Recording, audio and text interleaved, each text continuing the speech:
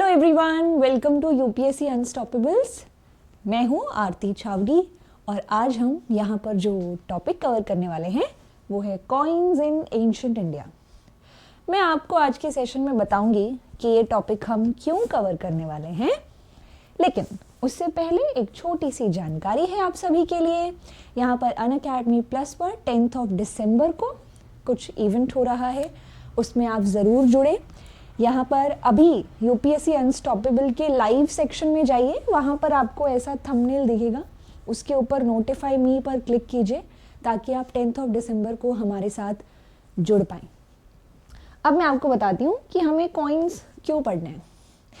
ये यूपीएससी के द्वारा पूछा गया प्रीलिम्स का क्वेश्चन है जो कह रहा है which one of the following statements with reference to ancient Indian coins is not correct. यहाँ पर इंडो ग्रीक के कॉइन्स का जिक्र है, कुशान्स के कॉइन्स का जिक्र है। अब यहाँ से ऑब्वियसली मैं इस क्वेश्चन को पूरा रीड नहीं करने वाली, हम इसको रिविजिट करेंगे पहले कॉइन्स के टॉपिक को कंप्लीट करने के बाद। देखिए, इंडियन हिस्ट्री या इन जनरल भी हिस्ट्री जो है उसको कई तरीकों से पढ़ा जा सकता है। कॉइन्स के थ्रू भी पढ़ा जा सकता है। कॉइन्स भी एक बहुत इंपॉर्टेंट सोर्स है इतिहास को पढ़ने का, हिस्ट्री को पढ़ने का। और कॉइन्स की जो स्टडी होती है उसे हम न्यूमिस्मैटिक्स कहते हैं। तो आज मैं आपको सभी इंपॉर्टेंट डायनेस्टीज के कॉइन्स दिखाऊंगी, उनके बारे में कुछ पॉइंट्स बताऊंगी, वो ज़रूर आप नोट कीजिएगा। और उसके साथ आपका ये कॉइन्स का टॉपिक होगा कंप्लीट एंड देन हम इस क्वेश्चन को रिविजिट करेंगे। ओके, सो लेट्स सी कहानी शुरू कहाँ से होती है। देखिए, ऑब्वियस सी बात है कि अगर आपको यहाँ पर कोई भी चीज़ चाहिए तो सबसे पहले जो यहाँ पर मीडियम ऑफ एक्सचेंज के रूप में एक तरह से कॉइन्स का जो कॉन्सेप्ट है वो एग्जिस्ट नहीं करता था। आपको यहाँ पर वस्तु विनिमय प्रणाली यानी कि बार्टर सिस्टम देखने को मिलेगा। आपके पास टमाटर हैं, आपको आलू चाहिए, ऑब्वियसली आपको किसी ऐसे ही व्यक्ति को ढूंढना पड़ेगा जो आपको आलू दे सके और जिसे टमाटर की नीड हो। डबल कोइंसिडेंस ऑफ वांट्स, और ये हमेशा संभव नहीं है। एक तरीके से ऐसे किसी व्यक्ति को ढूंढने में समय लगेगा, आपके जो प्रोडक्ट्स आपके पास है वो पेरिशेबल है, समय के साथ सड़ जाएंगे। तो हम यहाँ पर कुछ और तरीके निकालने लगे जिसकी मदद से व्यापार हो सके। अब इसी बीच आप यहाँ कौड़ियों का इस्तेमाल देखोगे, आप यहाँ पे कोको बीन्स का इस्तेमाल देखेंगे, रति के जो सीड्स हैं वो भी यहाँ पर मीडियम ऑफ एक्सचेंज के रूप में इस्तेमाल किए जाते थे। लेकिन अगर वो आज भी कंटिन्यू होते तो ये बात सच हो जाती कि पैसे पेड़ पर उगते हैं, या फिर कोस्टल रीजन में रहने वाला जो व्यक्ति है वो ज़्यादा अमीर होता क्योंकि उसके पास कौड़ियाँ उपलब्ध होती। इसीलिए अब हमें क्या चाहिए, हमें एक ऐसे मटेरियल की ज़रूरत है जिसे हम यहाँ पे मीडियम ऑफ एक्सचेंज के रूप में इस्तेमाल कर सकें और वो बहुत अबंडेंस में भी मौजूद ना हो, प्रीशियस हो।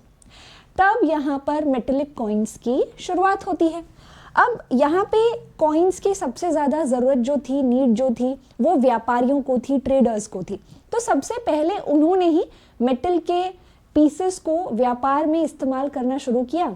और समय के साथ यहाँ पे जो ट्रेडर्स और मर्चेंट्स के एसोसिएशंस होते हैं जिन्हें हम श्रेणी या गिल्ड कहते हैं, उनके द्वारा उन मेटल के पीसेस के ऊपर अपने सिंबल्स भी छापे गए। फिर इसी काम को यहाँ राजाओं के द्वारा उठाया गया। राजाओं ने यहाँ पर अपने नाम से कॉइन्स को मिंट करना स्टार्ट किया। इस तरह कॉइन्स की जर्नी जो है वो स्टार्ट होती है और हम आज सभी इंपॉर्टेंट डायनेस्टीज के इंपॉर्टेंट कॉइन्स और उनसे जुड़े हुए फैक्ट्स कवर करेंगे। तो आइए शुरू करें। सबसे पहले तो हमें वैदिक किताबें जो हैं उनमें भी यहाँ पर जिक्र मिलता है। एक तरीके से अगर मैं इंडस वैली सिविलाइजेशन की बात करूं तो वहाँ तो बार्टर सिस्टम ही फॉलो हो रहा था, वहाँ कॉइन्स के एविडेंस हमें नहीं मिलते। लेकिन वैदिक पीरियड में हमें वैदिक टेक्स्ट में कुछ ऐसे वर्ड्स ज़रूर मिल रहे हैं जो कि कॉइन्स की तरफ इशारा करते हैं। जैसे कि यहाँ पर आपको एक शब्द देखने को मिलेगा, निष्क। हालांकि ये जो शब्द है ये गोल्ड के पीस के लिए यूज़ होता है। वहीं अगर हम यहाँ पे पाणिनि के द्वारा जो अष्टाध्यायी किताब लिखी है जो कि ग्रामर की बुक है, उसमें काफ़ी सारे ऐसे शब्द देखेंगे जो कॉइन्स को दर्शाते हैं। चलिए अब यहाँ कॉइन्स की शुरुआत हुई और ये शुरुआत जो है ये यहाँ पर किंगडम्स के साथ हो रही है। वैदिक पीरियड में आप यहाँ पर ट्राइब्स को एक जगह से दूसरी जगह मूव करते देखेंगे। ट्राइब के लिए जो शब्द यूज होता था वो था जन, लेकिन वैदिक पीरियड के अंत तक आते आते यानी कि 600 बिफोर कॉमन एरा के आसपास यही जो जन था ये अपने कदम जमाने लग गया। और जन जब अपने पद जमाने लग जाए तो जहां वो सेटल होगा उसी को जनपद कहा जाएगा। तो यानी किंगडम्स का फॉर्मेशन हो रहा है। ये सेटलमेंट्स जनपद कहलाती हैं। इनके जो हेड हैं वो राजन हैं। बहुत से जनपद थे, ऐसे बहुत से महाजनपद भी थे जो ज्यादा ताकतवर थे, लगभग 16।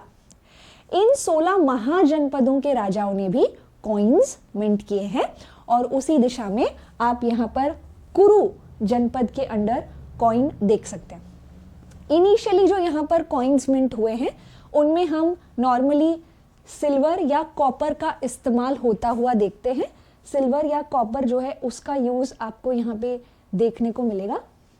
और ये जो कॉइन्स आप यहाँ देख रहे हैं ये सारे के सारे कॉइन्स कैसे हैं? ये सारे के सारे कॉइन्स यहाँ पे पंच्ड मार्क कॉइन्स हैं। अब पंच्ड मार्क कॉइन्स का क्या मतलब होता है, लेट्स ट्राई टू अंडरस्टैंड। इसको ऐसे समझिए कि यहाँ एक मेटल का पीस हमने रखा है एनविल के ऊपर, एज यू कैन सी। अब हमने यहाँ पर एक मोहर के रूप में एक डाइस यहाँ पर ले ली है। इस डाइस के ऊपर कुछ ना कुछ मोटिव, कुछ ना कुछ पैटर्न, सिंबल बना हुआ है। हमने मेटल की शीट पर डाइस को रखा, उसके ऊपर कुछ पैटर्न बना हुआ है।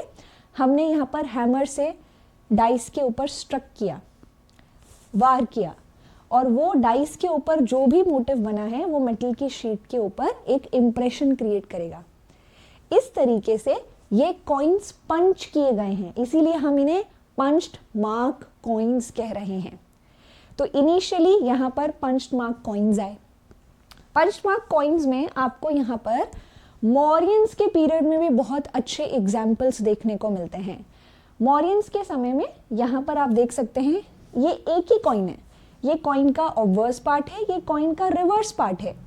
सामने वाले हिस्से पर आपको 5 सिंबल्स पंच होते हुए दिखेंगे। 5 सिंबल्स यहाँ पे पंच किए गए हैं डाइस की सहायता से।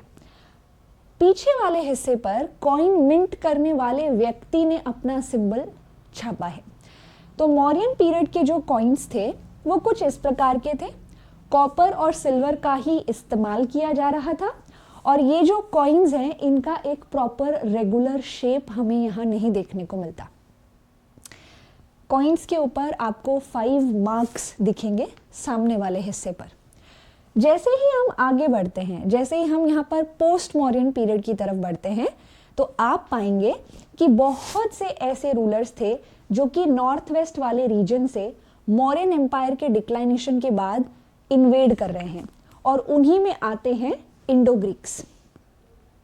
अब इंडो ग्रीक्स जो हैं इनके कॉइन्स काफ़ी इंटरेस्टिंग है। सबसे पहले तो मैं आपको यहाँ पर कुछ पिक्चर्स दिखाना चाहती हूँ, फिर हम इस पर बात करेंगे। ये इंडो ग्रीक के कॉइन्स हैं। सिल्वर का कॉइन देख सकते हैं आप, यहाँ पर आप गोल्ड का कॉइन भी देख सकते हैं। ना इसमें अलग क्या है?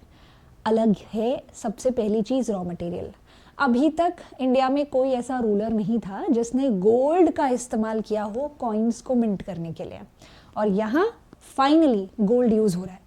तो सबसे पहला फैक्चुअल इंफॉर्मेशन जो आपके नोटबुक में जाना चाहिए वो ये है कि इंडो ग्रीक्स वो फर्स्ट रूलर्स थे जिन्होंने गोल्ड के कॉइन्स इशू किए। दूसरी चीज़, अगर आप इन कॉइन्स पे नज़र डालेंगे तो इनके ऑब्वर्स पार्ट यानी सामने वाले हिस्से पर आपको राजा की तस्वीर देखने को मिलती है।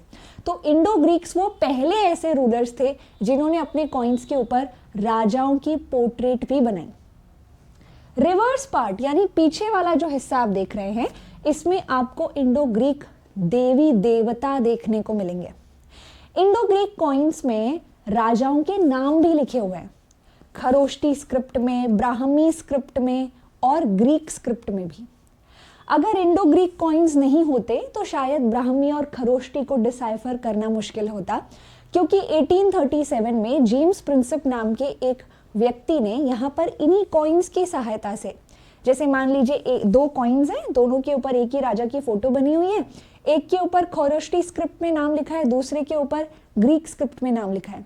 तो कॉइन्स को कंपेयर करते हुए, स्क्रिप्ट के सिंबल्स को कंपेयर करते हुए खरोष्टी और ब्राह्मी को डिसाइफर कर दिया था। ये जेम्स प्रिंसिप हैं और ऐसा करने के बाद इन्होंने यहाँ पर अशोक के सारे इंस्क्रिप्शंस पढ़ डाले थे। तो ये हैं Indo Greek coins. Indo Greek rulers में एक बहुत ही ताकतवर राजा मिनांडर का नाम हमें देखने को मिलता है और उनके समय के कुछ कॉइन्स आपको ऐसे दिखेंगे। इंडो ग्रीक्स के बाद यहाँ पे आपको फर्थर आगे शाक्स आते हुए देखने को मिलते हैं, लेकिन शाक्स के समय के अगर मैं आपको यहाँ पर कुछ कॉइन्स दिखाऊं तो वो कॉइन्स जो हैं वो बहुत ज़्यादा बेहतरीन नहीं थे। नेक्स्ट इम्पॉर्टेंट डायनेस्टी जिनके कॉइन्स काफ़ी याद किए जाते हैं वो हैं कुशान्स। कुशान्स ने भी गोल्ड के कॉइन्स इशू किए हैं और इंडो ग्रीक्स के मुकाबले बहुत ज़्यादा मात्रा में गोल्ड के कॉइन्स इशू किए हैं। उसके पीछे का कारण गोल्ड की अवेलेबिलिटी है। कैसे? अगर आप यहाँ कुशान एम्पायर देखेंगे तो ये काफ़ी विशाल था, सेंट्रल एशिया की तरफ भी आप इसे फैलता हुआ देख सकते हैं। बात ये है कि रोमन एम्पायर के जो रूलर्स थे उन्हें यहाँ पर सिल्क पहनना बहुत पसंद था और सिल्क जो है वो यहाँ पर चाइना का बहुत बड़ा सीक्रेट था।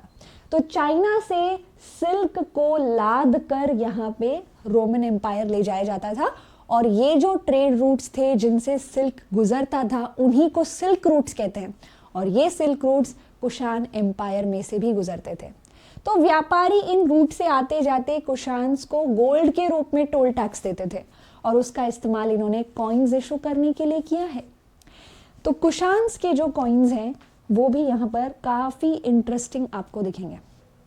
एक बार फिर से ऑब्जर्व कीजिए, कुशान के कॉइन्स के सामने वाले हिस्से पर आपको राजा की पिक्चर दिख रही है, लेकिन जैसे ही आप यहाँ पीछे वाले हिस्से पर जाते हैं तो आपको यहाँ पर देवी देवता दिखेंगे।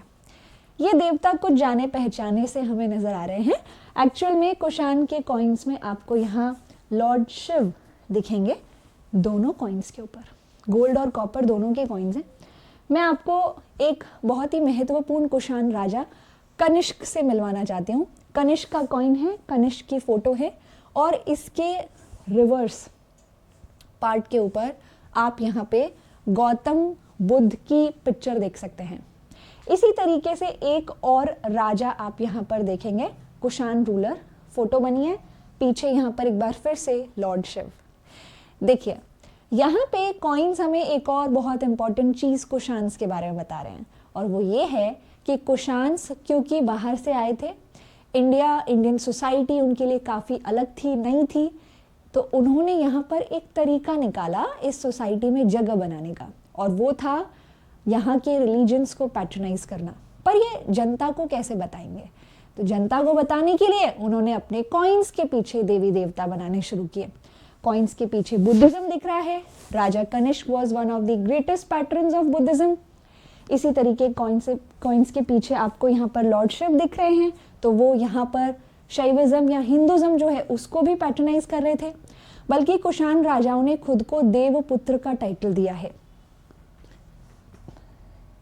इनके कॉइन्स में एक चीज और आपको दिखेगी, मैं फिर से पीछे ले जाती हूं। अगर आप थोड़ा ध्यान देंगे तो इनके कॉइन्स में खुद राजाओं ने तो यहाँ पे बूट्स पहने ही हैं, लेकिन जिन देवताओं की फोटो इन्होंने बनाई है उनमें भी आपको वो बूट्स पहने हुए देखने को मिलेंगे। ये जो राजा हैं इनका सिर्फ फेस ही नहीं, पूरा का पूरा बॉडी यहाँ पर दिखाया गया है, जिसमें ये एक बहुत लंबा ट्यूनिक पहने हुए हैं, लंबे बूट्स पहने हुए हैं। इन्होंने अपने हाथ में लेंसर भाला लिया है, आपको प्रॉपर हेडगियर भी देखने को मिलेगा। एक्चुअल में आप यहाँ पर कुशान्स को देखेंगे कि कुशान्स वो राजा थे जो कि भारत में बेटर कैवलरी लेकर आए और वो भी इनके कॉइन्स में रिफ्लेक्ट होती है। ऐसा नहीं कि घुड़सवार सेना पहले नहीं होती थी, बिल्कुल होती थी, लेकिन यहाँ पे हाथी बल जो है उसको ज्यादा महत्व दिया जाता था, लेकिन कुशान्स के समय से घुड़सवार सेना के ऊपर ज्यादा जोर दिया गया। नेक्स्ट हमें यहाँ पर देखने को मिलते हैं शार्क्स, जैसे मैंने आपको कहा था शार्क्स जो है उनके coins Indo Greeks and Kushans के मुकाबले बहुत बेहतरीन नहीं है, लेकिन यहाँ पर कुछ कॉइन्स आप ज़रूर देख सकते हैं। इन्होंने यहाँ पर सिल्वर का इस्तेमाल कॉइन्स के लिए किया है। अब मैं यहाँ पर एक शाक राजा रुद्रदमन की ज़रूर बात करूँगी। He is one of the celebrated rulers शाक या शक डायनेस्टी से, सिंथियंस में। ये वो राजा हैं जो कि आपको इस वेस्टर्न रीजन में यहाँ पर रूल करते हुए दिखेंगे। आपने हिस्ट्री की किताबों में इनके बारे में पढ़ा होगा कि कैसे इन्होंने यहाँ सुदर्शन लेक, जो कि एक आर्टिफिशियल लेक थी जो चंद्रगुप्त मौर्य के समय में बनी थी, उसको ठीक करवाया था। यही नहीं, ये जो रुद्रदमन राजा हैं ये यहाँ सातवाहंस के साथ भी कंटिन्यूस बैटल में इन्वॉल्व रहे हैं। हालांकि चीज़ों को सुधारने की कोशिश की गई थी। रुद्रदमन ने अपनी बेटी का विवाह सातवाहन एम्पायर में किया था, बट उससे कोई फायदा नहीं हुआ। अब यहाँ शाक राजा की बात हो ही रही है तो मैं शाक राजाओं में एक और राजा का जिक्र करूंगी। अगेन उनके बारे में एक बहुत इंपॉर्टेंट इंफॉर्मेशन हमें कॉइन से ही मिल रही है और उनका नाम है नहापाना।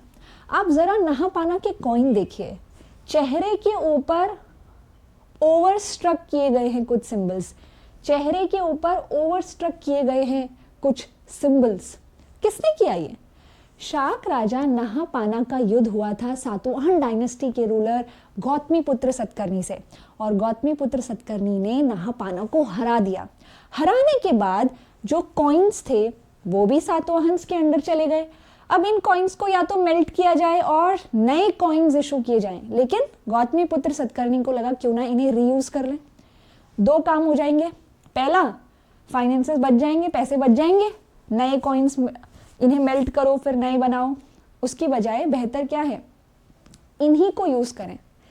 तो पहली चीज ये। दूसरा, नहापाना के चेहरे के ऊपर ही सातवाहन डायनेस्टी के राजा ने अपने सिंबल्स छाप दिए। इससे जिसके भी हाथ में ये कॉइन जाएगा वो यहाँ पर समझ जाएगा कि भाई नहापाना जी जो हैं वो गौतमीपुत्र सतकर्णी से हार गए हैं। ये हमें दिखता है। तो नहापाना के कॉइन्स यानी शाक रूलर के कॉइन्स भी काफ़ी इंटरेस्टिंग है। एंड यहाँ से आप समझ पा रहे होंगे कि कैसे हिस्ट्री जो है उसको कॉइन्स से भी स्टडी किया जा सकता है। Next dynasty is Satavahana dynasty. Satavahanas जो हैं इन्होंने यहाँ पर गोल्ड का इस्तेमाल कॉइन्स के लिए नहीं किया है। गोल्ड की ब्रिक्स का यूज़ ये डायरेक्टली ही करते थे, उसके कॉइन्स इन्होंने मिंट नहीं किए। लेकिन कुछ और नए रॉ मटेरियल इन्होंने यूज़ किए हैं, जैसे कि पोटीन, एक तरह का अलॉय इनके कॉइन्स में दिखता है। लेड भी हमें देखने को मिलता है। यहाँ पर आपको एक राजा का कॉइन देखने को मिलेगा। ये जो कॉइन फिलहाल आप स्क्रीन पे देख रहे हैं ये यज्ञश्री सतकर्णी का कॉइन है। इस कॉइन के ऊपर आप एक बोट बनी देख रहे हैं, ये लेड का कॉइन है और ये कॉइन यहाँ पे दिखाता है कि यज्ञश्री सतकर्णी जो है उन्हें नेविगेशन बहुत पसंद थी। सो अगेन कॉइन्स की मदद से हम यहाँ हिस्ट्री समझ पा रहे हैं। नेक्स्ट ऑब्वियसली अगर हम कॉइन्स की बात कर रहे हैं तो हम यहाँ पर गुप्तास की बात कैसे ना करें।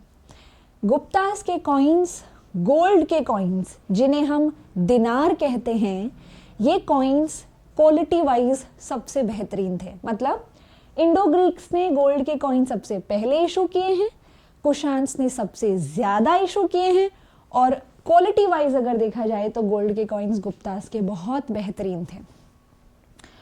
अब गोल्ड के जो कॉइन्स गुप्तास के हैं ये राजाओं की तारीफ बड़ी करते हैं। बहुत तारीफ आपको इन कॉइन्स में देखने को मिलेगी। जैसे कि एक ताकतवर राजा समुद्रगुप्त के कॉइन्स को आप देखिए। ये समुद्रगुप्त का स्टैंडर्ड कॉइन है। स्टैंडर्ड कॉइन का मतलब स्टैंडर्ड साइज से नहीं है। इस कॉइन में बेसिकली समुद्रगुप्त दिखाए गए हैं और वो भी एक स्टैंडर्ड, मतलब बेसिकली अपना फ्लैग पकड़े हुए। इस कॉइन के ऊपर आप कुछ और चीज़ें भी यहाँ ऑब्जर्व कर पाओगे। इस कॉइन के ऊपर गरुड़ भी बने हुए हैं। अगर मैं थोड़ा कलर चेंज करूं, यहाँ पर आपको गरुड़ जो है वो देखने को मिलेंगे। गरुड़ गुप्तास का स्टेट सिंबल था जो कि हमें इस कॉइन पर दिख रहा है। रिवर्स पार्ट पर आपको देवियाँ, गॉडेस लक्ष्मी, गॉडेस दुर्गा, गजलक्ष्मी, वो सभी देखने को मिलेंगे। एक और चीज़ है जो मैं चाहूँगी कि आप इनके कॉइन्स पर नोटिस करें। आगे के कॉइन्स में दिखाती हूँ। ये अगेन जो कॉइन आप देख रहे हैं ये समुद्रगुप्त के ही कॉइन्स हैं। एंड देखिए, अगर आप ध्यान देंगे ये जो कॉइन है इसमें समुद्रगुप्त को आई होप मैं यस यहाँ पे जो गुप्ता डायनेस्टी के रूलर हैं उनको अपनी क्वीन के साथ दिखाया गया है। लेकिन अगर आप ध्यान देंगे तो रूलर के पीछे हेलो बना हुआ है। यहाँ पे समुद्रगुप्त को देखिए, हेलो बना हुआ है। वो जो प्रकाश, डिवाइन लाइट जो यहाँ पर देवी देवताओं के पीछे बनाई जाती है, बहुत सी पेंटिंग्स में भी आपको देखने को मिलती है, वो रूलर्स के पीछे हमें दिख रहा है, समुद्रगुप्त के कॉइन्स के पीछे दिख रहा है। यहाँ समुद्रगुप्त को बहुत से इंस्क्रिप्शंस में एंड पर्टिकुलरली प्रयाग प्रशस्ति में, जो कि उनकी तारीफ में लिखी गई है लेखक हरिसेन के द्वारा, उसमें देवता के रूप में दिखाया गया है कि वो परम भट्टरक हैं, यानी कि वो परम भक्त हैं, पर वो परमेश्वरा भी हैं, परमेश्वर के रूप में।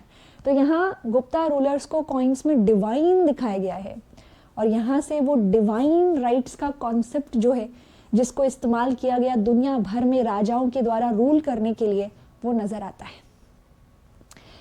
जैसे मैंने आपको कहा था गुप्तास के कॉइन्स बड़ी तारीफ करते हैं राजाओं की, तो यहाँ पर भी आप अगेन समुद्रगुप्त को हाथ में धनुष लेते हुए देखेंगे। मतलब वो धनुष चलाने में भी बहुत अच्छे थे, ऐसा यहाँ इस कॉइन में दिखाया गया है। आगे अगर आप देखते हैं तो यहाँ पे अब उनके हाथ में कुल्हाड़ी है, तो वो तो यहाँ पे युद्ध लड़ते समय कुल्हाड़ी चलाने में भी बहुत अच्छे हैं। उसके बाद ये एक कॉइन है जो समुद्रगुप्त के द्वारा इशू किया गया था और इसमें ये दिखाना चाह रहे थे कि उन्होंने अश्वमेध यज्ञ किया है। उनका कहना था कि मुझसे पहले बहुत सी डायनेस्टीज आई लेकिन उसके राजा इतने बेहतरीन नहीं रहे कि वो इस यज्ञ को कर सकें, बट मैं हूं द रिस्टोरर ऑफ अश्वमेध यज्ञ। अश्वमेध यज्ञ नॉर्मली अपने आप को चक्रवर्ती समझने वाले जो राजा हैं, जो ये मानते हैं कि आसपास के सारे नेबरिंग किंगडम्स जो हैं वो उसकी अधीनता स्वीकार करते हैं, उनके द्वारा किया जाता है। यहाँ पे हमारे समुद्रगुप्त जो हैं वो वीणा बजाते हुए दिख रहे हैं। ऑलराउंडर हैं समुद्रगुप्त, हर चीज में अच्छे, ऐसा उनके कॉइन्स दिखाते हैं। यहाँ समुद्रगुप्त को कविराज के रूप में भी दिखाया जाता है कि कवियों में सबसे उत्तम कविराज। यहाँ पर वो अपने धनुष से शेर को मारते हुए दिखाए गए हैं। तो इसी तरीके से गुप्तास की सीरीज में आप चंद्रगुप्त द्वितीय यानी कि समुद्रगुप्त के पुत्र को अगर देखेंगे तो उनके कॉइन्स में भी काफी इंटरेस्टिंगली उन्हें शेर को मारते हुए, धनुष चलाते हुए दिखाया गया है। तो गुप्तास के कॉइन्स ही यहाँ पर राजाओं की काफी तारीफ करते हैं। लेकिन गुप्तास के डिक्लाइनेशन के बाद यहाँ पर नेक्स्ट एंट्री होती है वर्धांस की। गुप्तास के अंडर ये सामंत हुआ करते थे और हरियाणा के थानेसर वाले रीजन में रूल करते थे। गुप्तास वीक पड़े तो वर्धांस ने खुद को इंडिपेंडेंट कर लिया और थानेसर से ही अपना इंडिपेंडेंट रूल भी स्टार्ट किया। लेकिन इनके कॉइन्स में एक गिरावट हमें देखने को मिलती है, चाहे वो बनावट हो चाहे वो रॉ मटेरियल हो। दूसरी बात, इनके जो कॉइन्स हैं वो हमें मटकों के अंदर डालकर मिट्टी में दबे हुए मिले हैं। क्या दर्शाता है ये? असल में जब वर्धांस आए तो रोमन एम्पायर डिक्लाइन हो गया था, यानी कि गोल्ड का सप्लाई यहाँ पर कट होता हुआ दिखता है। दूसरी तरफ यहाँ हम किसी भी चीज़ की जमाखोरी कब करते हैं? हम जमाखोरी तब करते हैं जब हमें चीज़ें अनसर्टेन लगती हैं, यानी वर्धांस के समय में इकोनॉमिक कंडीशन बहुत अच्छी नहीं थी, इसीलिए लोगों ने यहाँ पर कॉइन्स को मटकों में भर भर के मिट्टी में दबा के रखा है ताकि बाद में उसका इस्तेमाल किया जा सके। हालांकि वो दबे ही रह गए और अब उन्हें आर्कियोलॉजिस्ट मिट्टी से निकाल रहे हैं। तो कॉइन्स जो हैं उनमें सिल्वर की कमी, गोल्ड का इस्तेमाल न होना, इवन यहाँ पे अगर यहाँ पे 2 ग्राम का एक कॉइन होता था तो उसको कट करके मेल्ट करके 1-1 ग्राम के 2 कॉइन बना देना, डिबेसमेंट, ये सभी चीज़ें इकोनॉमिक कंडीशन खराब होने की निशानी है जो कि हमें वर्धांस के कॉइन्स में दिखती है। तो जस्ट इमेजिन कि आज के इस डिस्कशन में मैंने सिर्फ कॉइन्स की सहायता से आपको यहाँ पर इन डायनेस्टीज़ के बारे में कितना कुछ बताया।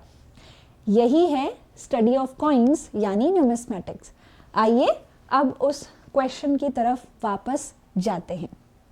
ये यूपीएससी का प्रश्न है जिसमें पूछा है नॉट करेक्ट। आप यहाँ पर स्क्रीन को पॉज करें, रीड करें इसको और उसके बाद इसका जो आंसर है वो कमेंट सेक्शन में ज़रूर दें।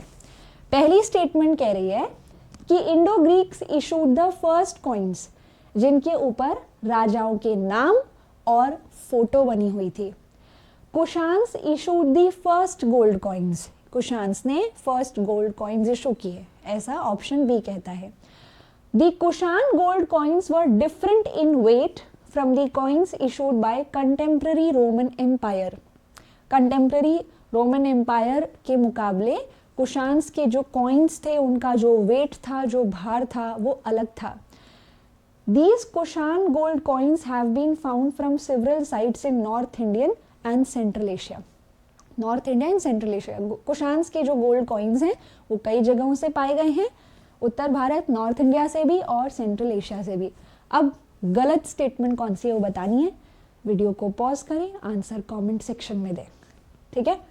तो आज के इस सेशन में इतना ही। हमने एंशिएंट कॉइन्स, जो इंपॉर्टेंट कॉइन्स थे, उनको कवर किया एंड आई होप आपको आज का सेशन पसंद आया हो। जाते जाते आप सभी के लिए यहाँ पर एक इम्पॉर्टेंट इन्फॉर्मेशन है। अनअकैडमी प्लस पर जो सभी सब्सक्रिप्शन के ऊपर जो 20% ऑफ मिल रहा है यूपीएससी सब्सक्रिप्शंस के ऊपर, आज उसका आखिरी दिन है यानी कि 6 दिसंबर को। तो आप अनअकैडमी प्लस जो है उसको सब्सक्राइब कर सकते हैं and you can use referral code ARTI 1702 इस ऑफर को अवेल करने के लिए। So that is it for today. Thank you so much. Take care.